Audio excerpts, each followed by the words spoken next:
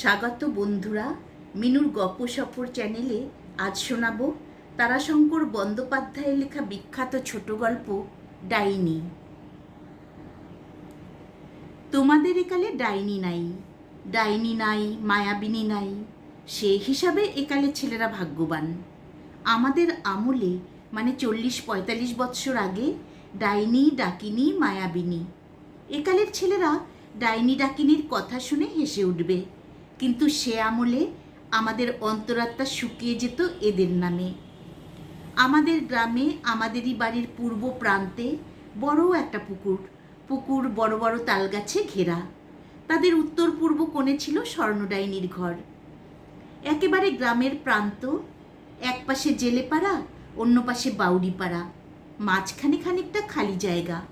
সেই খালি জায়গায় একটা অশ্বত্থ গাছ, সেই গাছতলায় ছোট্ট একখানি ঘর। তারপর অর্থাৎ স্বর্ণের বাড়ির পর পূর্ব দিকে আর বসতি নাই, প্রান্তর চলে গিয়েছে, বালি আর কালচে মাটির প্রান্তর। সেই প্রান্তরের মধ্যে লালুকচাঁদা নামে পুকুরটা ছিল গ্রামের শ্মশান। এখানে অবশ্য শবদাহ করা হতো না, মুখাগ্নি করা হতো। চারিদিকে পড়ে থাকতো মরার বিছানা, মাদুর, বালিশ, ন্যাকড়া, বাঁশ, মাটির সরা, ভার, আতপোড়া কুচি, কাঠি। পুকুরটার ওপারে একটা ঝাঁকড়া বট গাছ। দিনের বেলাতেও কেউ সে গাছতলায় যেত না, রাত্রে সেটা জমাট অন্ধকারের মতো থমথম করত। স্বর্ণ নিজের ঘরের দাওয়ায় বসে তাকিয়ে থাকতো সেই বট গাছটার দিকে। আমরা তাই ভাবতাম, নইলে প্রান্তরটা যেখানে শেষ হয়েছে সেইখানেই শুরু হয়েছে ধানের ক্ষেত, সবুজ শস্য ক্ষেত্র। কিন্তু ডাইনি কি সবুজ ভালোবাসে, না বাঁচতে পারে? স্বর্ণ ডাইনি, আমাদের দেশের ভাষায় সোনাডান।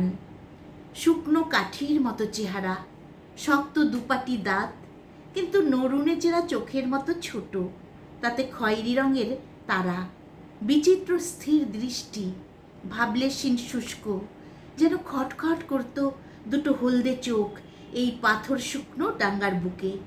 ডাইনির দৃষ্টি। এই দৃষ্টিতে ডাইনিরা কচি নধর দেহের, সুন্দর সুশ্রী মানুষের, তরুণী নববধূর দেহের অস্থি, চর্ম, মেদ, মাংস ভেদ করে ভিতরে প্রবেশ করে খুঁজত প্রাণ পুতুলি। তাকে পেলে চুষে চুষে তারা খেয়ে ফেলে। নধর মানুষ শুকিয়ে অস্থি চর্মসার হয়ে যায়, সোনার মতো দেহের বর্ণ কালো হয়ে যায়। তরুণী নববধূর সব লাবণ্য ঝরে পড়ে। শুধু মানুষ কেন, কচি পাতায় ভরা লকলকে সতেজ গাছ অকস্মাৎ শুকিয়ে যায়। ডাইনিরা তারও সরস প্রাণটুকু দৃষ্টিযোগে পান করে নেয় নিঃশেষে। স্তব্ধ গ্রীষ্মের দ্বিপ্রহরে তালগাছের মাথায় চিল চেঁচায়, চিলো চিলো চিলো। কান পেতে শুনলে শুনতে পাওয়া যায় ঘরের দাওয়ায় বসে ডাইনি তার সুরে সুর মিলিয়ে সঙ্গীত গাইছে, অনুনাসিক মিহি সুরে গাইছে, ছি হু হুই হু হি হু। রাত্রে, গভীর রাত্রে স্বর্ণডাইনির ঘরের দেয়ালে কান পাতলে শোনা যায় শব্দ উঠছে, হুটপাট হুটপাট হুটপাট। বাট বইছে স্বর্ণ। যারা ডাইনি তারা ভগবানের অভিসম্পাতে রাত্রে মাটির উপর বুকে হেঁটে বেড়ায়, বাট বয়। ভয় হয় না এরপর? স্বর্ণ তরিতরকারি বেচে বেড়াতো, এই ছিল তার জীবিকা। 3-4 ক্রোশ দূরের হাট থেকে কিনে আনতো, বেচতো আশেপাশের গ্রামে। পান, কাঁচকলা, পাকা রম্ভা, শাক, কুমড়ো, এই সব। আমাদের গ্রামে সে বেচতো না, আশেপাশের গ্রামেই বেচতো।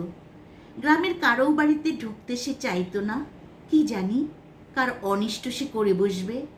তার ভিতর যে লোভটা আছে, সে যখন লক লক করে জিব্বার করবে তখন তো স্বর্ণের বারণ শুনবে না। কিন্তু স্বর্ণ যে লজ্জায় মরে যাবে, হি হি হি। ওর ভিতরের ডাইনিটা তো ওর অধীন নয়, সে তো ওর জীবনের মালিক। তার হুকুমে ওকে চলতে হয়, তার হুকুম ছাড়া ওর মরবারও অধিকার নেই।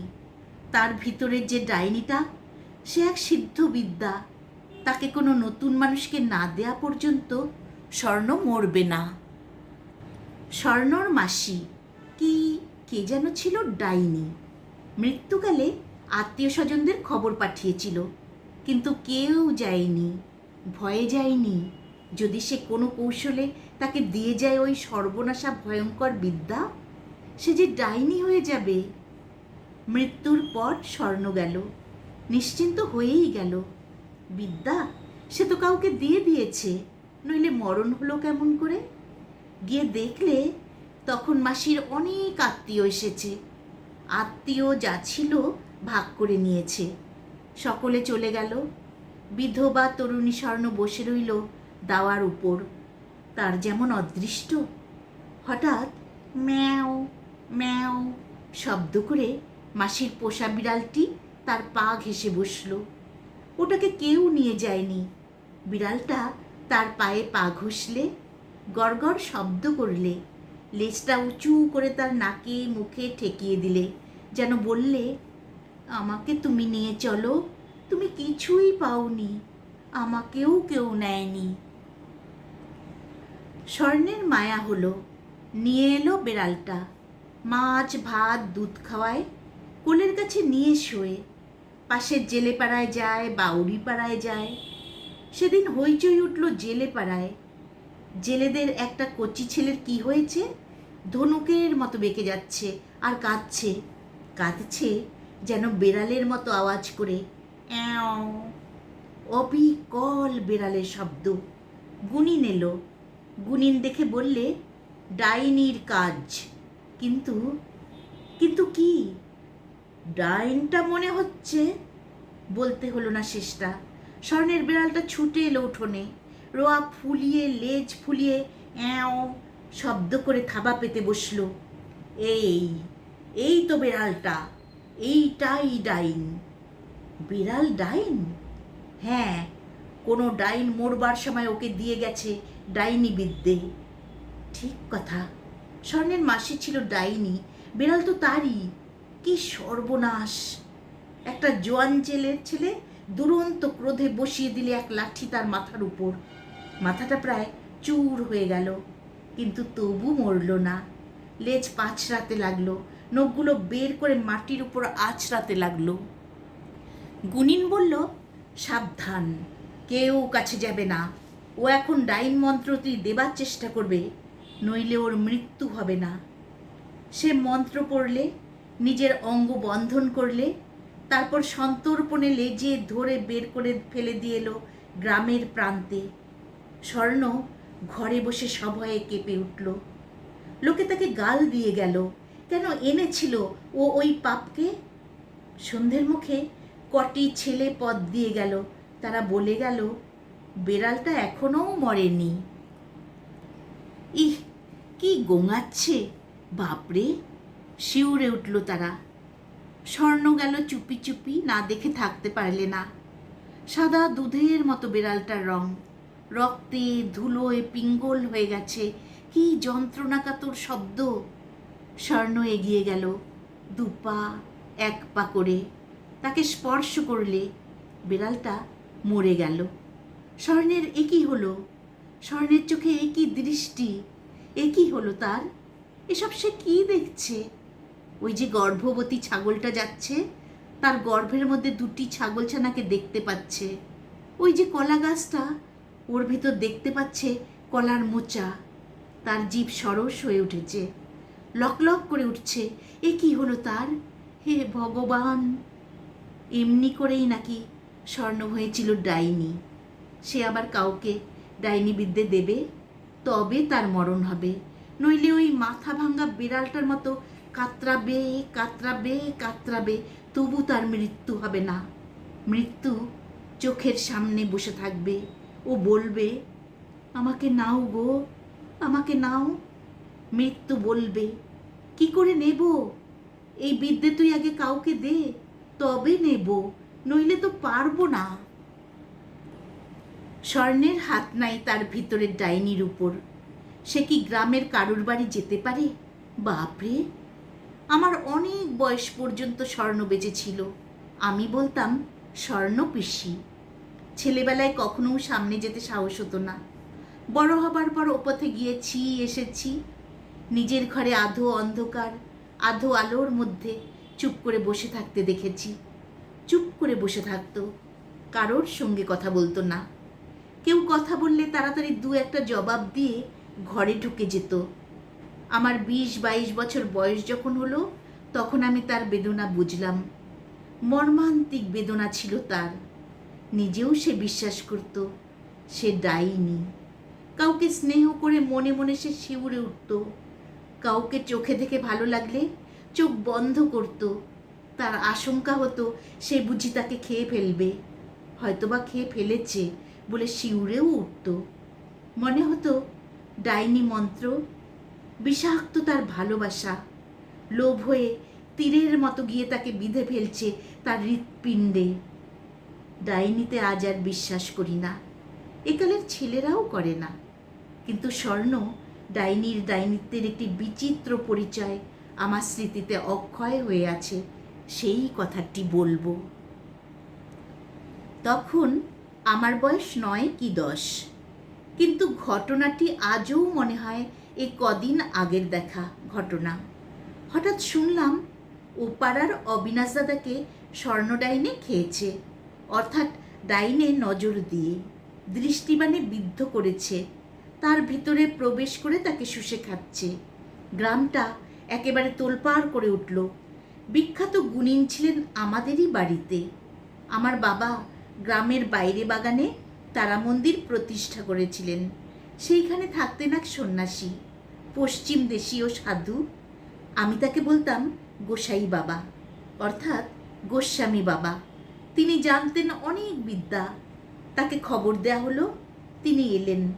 আমি তারই সঙ্গে গেলাম স্বর্ণ ডাইনের কীর্তি দেখতে এবং গোসাই বাবার ডাইন তাড়ানো দেখতে। অবিনাশ দাদা, অবিনাশ মুখুজ্জের বয়স তখন 17-18। বাড়িতে আছে মা আর তার 2 বোন। অবিনাশ দাদার মা গোসাই বাবাকে বলেন গোসাই দাদা, অবিনাশ দাদা বলেন গোসাই মামা। অবিনাশ দাদার বাড়ি তখন লোকে লোকারণ্য। স্বর্ণডাইন অবিনাশকে খেয়েছে, রামজি সাধু ঝাড়বেন। মেটে কোঠার ওপর অবিনাশ দাদা শুয়ে আছেন, চোখ বন্ধ, প্রবল জ্বর, ডাকলে সাড়া নাই। মাথার শিওরে বসে মা, পাশে বোন, চোখের জল ফেলছেন। রামজি সাধু গিয়ে এক পাশে বসলেন, তার পাশেই আমি। ডাকলেন, ভাগনা, অবিনাশ ভাগনা। কোনো উত্তর দিলেন না অবিনাশ দাদা। অবিনাশ, এ গায়ে নাড়া দিলেন। এবার অবিনাশ ঘুরে শুলো, বললে, মর হা ঘরে গোসাই, আমি মেয়ে ছেলে, আমার গায়ে হাত দিচ্ছিস কেন? তু কন, মেয়ে ছেলে? কে রে তু? অবিনাশ দাদা উত্তর দিল না। এ তু কে রে? এ বলবো না। বলবি না? না। মন্ত্র পড়া শুরু হলো। বিড়বিড় করে মন্ত্র পড়েন আর ফু দেন, ছু ছু ছু। পরিত্রাহী চিৎকার করে অবিনাশ দাদা, বলছি বলছি বলছি। তবু মন্ত্র পড়া চলল, সঙ্গে সঙ্গে ফুৎকার, ছু ছু ছু। বাবা রে, মা রে, মরে গেলাম রে। ও গোসাই, আর মেরো না, বলছি, আমি বলছি। বল, বল, তুকে বল। আমি স্বর্ণ। আজও স্পষ্ট কানে শুনতে পাচ্ছি, আমি স্বর্ণ। চোখে সব দেখতে পাচ্ছি। থাক সেসব কথা। গোসাই প্রশ্ন করলেন, স্বর্ণ, তু কাহে ইয়া? হ্যাঁ, ইহা কাহে? আমি একে খেয়েছি যে। হ্যাঁ হ্যাঁ, ও তো জানছি, ওহি তো শুধাচ্ছি, কাহে কাহে গেলি? কি করব, আমার ঘরের সামনে দিয়ে এই বড় বড় আম হাতে নিয়ে যাচ্ছিল, আমি থাকতে পারলাম না। আমি আম না পেয়ে ওকেই খেলাম। কাহে? তুই মাংলি না কাহে? কাহে বললি না, আমাকে দাও। কি করে বলবো? একে লোভের কথা, তার উপরে মেয়ে লোক, আমি লজ্জায় বলতে পারলাম না। হ্যাঁ, তব এবার তুই যা, ভাগ। না, তোমার পায়ে পড়ি, যেতে আমাকে বলো না। আদেশের সুরে গোসাই বললেন, যা তুই, আমি বলছে না। বিদ্রোহ ঘোষণা করলে অবিনাশ দাদার মুখ দিয়ে স্বর্ণ ডাইনি। না, আচ্ছা, এ দিদি আন সারসা। সর্ষে এলো, হাতের মুঠোয় সর্ষে নিয়ে বিড়বিড় করে মন্ত্র পড়ে ছু শব্দে ফু দিয়ে ছিটিয়ে মারলেন অবিনাশ দাদার গায়ে। চিৎকার করে কেঁদে উঠল অবিনাশ দাদা, বাবারে, মারে, ওরে মেরে ফেললে রে, ওরে বাবারে। আবার মারলেন সর্ষের ছিটে। যাচ্ছি, যাচ্ছি, যাচ্ছি, আমি যাচ্ছি, আর মেরো না, আমি যাচ্ছি। যাবি? হ্যাঁ, যাব। সঙ্গে সঙ্গেই অবিনাশ দাদা কেঁদে উঠল, ওগো, যেতে যে পারছি না গো। পারছিস না? চালাকি লাগাইয়েছিস? হাত তুললে রামজি সাধু। মারবেন ছিটে। অবিনাশ দাদা চিৎকার করলে আবার, না না, যাচ্ছি। যাবি? হ্যাঁ, যাব। তবে काम कर, ঘরের বাহারে একটু কলসি মে জাল আছে, দাঁতে উঠা কে লে যা, নেহি তো। তাই তাই যাচ্ছি। জ্বরে অচেতন অবিনাশ দাদা উঠে দাঁড়ালো। দাদার মা ধরতে গেলেন। রামজি বাবা বললেন, না। ঘর থেকে অবিনাশ দাদা বের হলো। চোখে বিহ্বল দৃষ্টি তার। ঘরের বাইরে দোতলার বারান্দায় জলপূর্ণ কলসি আগে থেকেই রাখা ছিল। সেটার কানা দাঁতে কামড়ে তুলে নিলে। দাঁতে ধরেই সে নেমে গেল সিঁড়ি বেয়ে। উঠানে নামলো, বাইরের দরজার সামনে এসে দাঁড়ালো। দাঁত থেকে কলসিটা খসে পড়ে ভেঙে গেল। সে নিজেও পড়ে গেল মাটির উপর। ধরলেন গোসাই বাবা।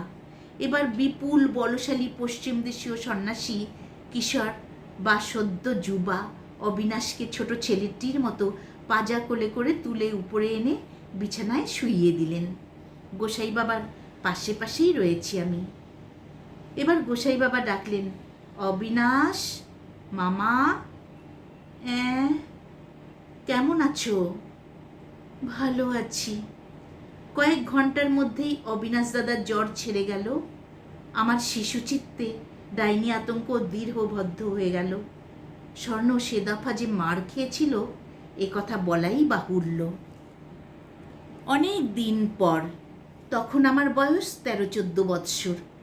স্বর্ণ হঠাৎ আমাদের বাড়ি যাওয়া আসা শুরু করলে। পান তরকারি নিয়ে আসতো। শুনলাম ফুল্লরাতলায় যাওয়া আসার পথে মায়ের সঙ্গে স্বর্ণের কথাবার্তা হয়েছে। মা তাকে বলতেন ঠাকুরজি। ওইটুকুতেই সে কৃতার্থ। স্বর্ণ আসতো। এরপর থেকে আমাদের বাড়ি। আমার ভয় চলে গেল। স্বর্ণকে বুঝতে লাগলাম। পথে যেতাম, দেখতাম স্বর্ণ নিজের দাওয়ায় বসে আছে। আকাশের দিকে চেয়ে অথবা আধো অন্ধকার ঘরের দুয়ারটিতে ঠেস দিয়ে বসে আছে। নিঃসঙ্গ পৃথিবী পরিত্যক্ত স্বর্ণ। স্বর্ণ ছাড়া আরও আরও অনেক ডাইনি ছিল। তার চেয়ে গল্প ছিল অনেক বেশি। প্রকাণ্ড মাঠে একটা অশ্বত্থ গাছ ছিল। মাঠটার চারিদিকে আর যে গাছগুলি ছিল সেগুলি সবই বট। মাঝখানে ওই অশ্বত্থ গাছটি খানিকটা হেলে দাঁড়িয়েছিল। একদিকের শিকড় উঠে বেরিয়ে পড়েছিল। মনে হতো গাছটার আধখানা আছে, আধখানা নাই। শুনতাম ওটা ডাকিনীর গাছ। দেশে নাকি ছিল ভারী এক গুণিন। কাউরের অর্থাৎ কামরূপের বিদ্যাও তার জানা ছিল। একদিন গরমকালের রাত্রে গ্রামের প্রান্তে বসে কয়েকজন বন্ধু বান্ধব মিলে গালগল্প করছে। এমন সময় আকাশপথে একটা শব্দ শোনা গেল। প্রচণ্ড বেগে যেন একখানা মেঘ উড়ে চলেছে। সকলে বিস্মিত হলো। এ কি আশ্চর্য মেঘ তো! গুণিন হেসে বললে, মেঘ নয়, গাছ, গাছ উড়ে চলছে। গাছ? গাছ উড়ে চলে? কি বলছো? চলে। কামরূপের ডাকিনী বিদ্যা যারা জানে তারা গাছে বসে বিদ্যার প্রভাবে উড়িয়ে নিয়ে চলে দেশ থেকে দেশান্তরে। ডাকিনী চলেছে আকাশপথে। বিশ্বাস করলে না কেউ। বললে, তুমি ধোঁকা দিচ্ছ, দেখবে। দেখাও। গুণিন হাঁকতে লাগলো মন্ত্র। আকাশে চিৎকার উঠল, চিলের মতো চিৎকার। একসঙ্গে যেন 20-25টা চিল দুরন্ত ক্রোধে আকাশের বুক চিরে চিৎকার করে উঠল, ই। সকলে ভয়ে কেঁপে উঠল, কিন্তু গুনিন আপন মনে মন্ত্র উচ্চারণ করেই চলল। মেঘের মতো জিনিসটার গতি থামল না, কিন্তু সে সামনে আর ছুটল না, পাক খেয়ে ঘুরতে লাগলো। ঘুরতে ঘুরতে মাটির উপর নেমে এলো এক অশ্বত্থ গাছ। গুনিনের মন্ত্র তখনও থামেনি। মাটি ফাটল, গাছের শিকড় মাটির সেই ফাটলে ঢুকলো। গাছটিখানে জন্মানো গাছের মতো সোজা হয়ে দাঁড়ালো। তার চেয়েও বিস্ময়ের কথা, গাছের মাথায় দেখা দিল অপরূপ সুন্দরী এক মেয়ে। এক পিঠে এলো চুল, কিন্তু সম্পূর্ণ বিবস্ত্রা। লোকে মাথা হেঁট করলে। ডাকিনী বললে, আমাকে নামালে তুমি গুনিন? 10-এর সামনে এই অবস্থায় আমাকে লজ্জা দিলে। আমি ডাকিনী হলেও মেয়ে ছেলে, আমার লজ্জা রক্ষা করো, আমাকে কাপড় দাও।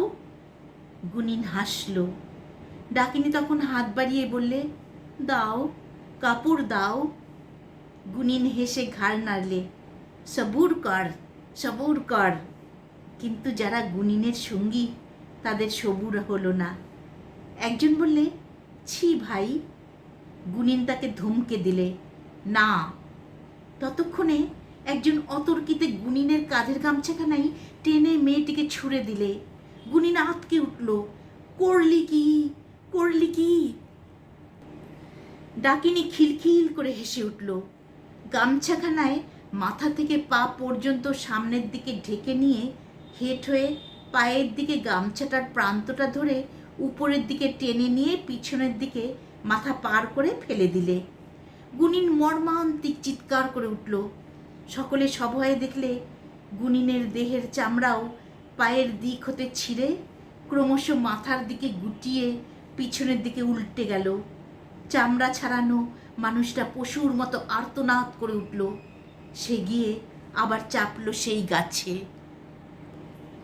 গুনিন সেই অবস্থাতেই তখনও মন্ত্র পড়ছিল। মন্ত্র আধখানার বেশি পড়তে পারলে না সে। গাছটা আধখানা উঠল না, আধখানা ছিঁড়ে আবার উঠল আকাশে। আবার আকাশে শব্দ হতে লাগলো। উড়ন্ত মেঘের মতো চলে গেল কোথায় নিরুদ্দেশ হয়ে। এই অশ্বত্থ গাছটা সেই আধখানা গাছ। আজ সেকালের পরিবর্তন হয়েছে। ডাইনিতে বিশ্বাস ধীরে ধীরে লোপ পেয়ে আসছে। ডাইনিও আজ আর নাই বললেই হয়। অশিক্ষার গাঢ় অন্ধকারে যারা আজ ডুবে আছে তাদের মধ্যে হয়তো আছে। সেকালের ডাইনির বিচিত্র গল্পেও আজ লোকে ভুলে আসছে। এই গল্পগুলির মধ্যে শুধু অন্ধবিশ্বাসই তো নাই, আছে কত মানুষের মর্মান্তিক বেদনা। সারাটা জীবন তারা এই অপবাদের গ্লানি বহন করে চলত। নিজেরাও বিশ্বাস করে নিত এই অপবাদকে সত্য বলে, আর ভগবানকে ডাকত স্বর্ণের মতো, আমার এ লজ্জার বোঝা নামিয়ে দাও প্রভু, এই ভয়ঙ্কর জীবনের অবসান করো। চোখের জল মুছে ফেলত কাপড়ের আঁচলে। মাটিতে কোনো ক্রমে এক ফোঁটা ঝরে পড়লে শিউরে উঠত। মা বসুমতীর বুক যে জ্বলে উঠবে।